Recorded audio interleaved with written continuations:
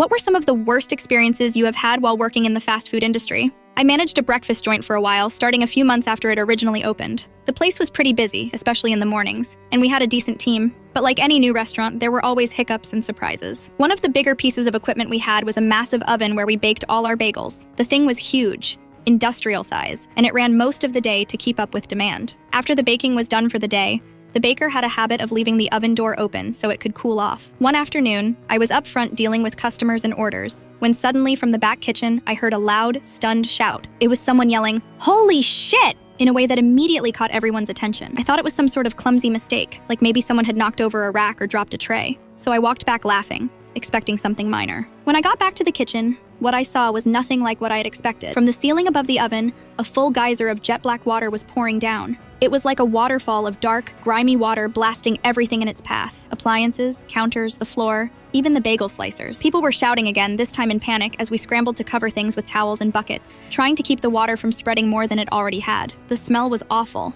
A mix of wet electrical wiring and whatever grime had accumulated in the pipes above. I grabbed the phone and called the fire department right away, explaining the situation. We didn't have any flames or smoke, just this massive flood of black water coming from the sprinkler system. I figured it had to be some kind of malfunction, or maybe even a false alarm. The fire department showed up quickly, and the firefighters got straight to work. They were trying to find the shutoff switch for the sprinkler system, but after 20 minutes of searching around the kitchen and maintenance areas, they couldn't find it anywhere. It turned out that during the construction of the building and our store inside it, the sprinkler system's shutoff switch had been accidentally covered up by drywall or some other building materials. Nobody had known where it was, so for almost 3 hours, the sprinkler had been dumping water into our kitchen, and there was no way to turn it off. We all stood there watching as more water poured down, ruining appliances, soaking the floor, and soaking everything that wasn't nailed down. The fire department had to use pumps and hoses to help control the flow, until they finally figured out where to cut the water supply. By the time the sprinkler was finally shut off, the kitchen was a mess. Black water pooled everywhere, and the smell was overpowering. I stayed late that night with a few of the cooks and staff to clean up the disaster.